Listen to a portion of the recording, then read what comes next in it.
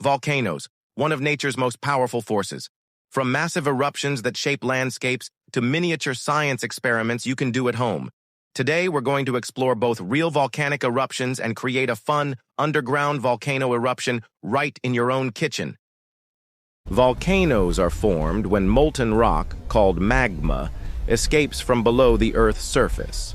As the magma erupts, it turns into lava, ash, and gases, creating a spectacular and sometimes dangerous display. Let's start with Mount Vesuvius, located in Italy, which famously erupted in 79 AD and buried the city of Pompeii under layers of volcanic ash. But not all eruptions are the same. While Vesuvius had a very explosive eruption, some volcanoes, like those in Iceland, have more gentle eruptions that slowly build lava flows. Understanding how volcanoes work is essential because they can change landscapes, create new islands, and even affect global weather patterns. Let's break it down a bit.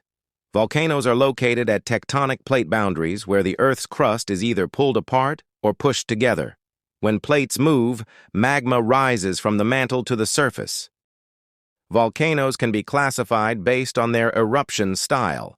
Shield volcanoes, like those in Hawaii, have gentle eruptions. Stratovolcanoes, like Mount Fuji, have more explosive eruptions. And calderas, like Yellowstone, can create massive craters when they erupt. Now let's make our own underground volcanic eruption. You'll need a few basic materials: baking soda, vinegar, and a couple of bottles. Here's what you do. Start by arranging the bottles in a volcano-like shape like we've done here. Then pour in some baking soda and get ready for the eruption. Now, for the magic ingredient, vinegar. When vinegar reacts with baking soda, it creates a bubbly eruption, mimicking the pressure that builds up beneath a real volcano.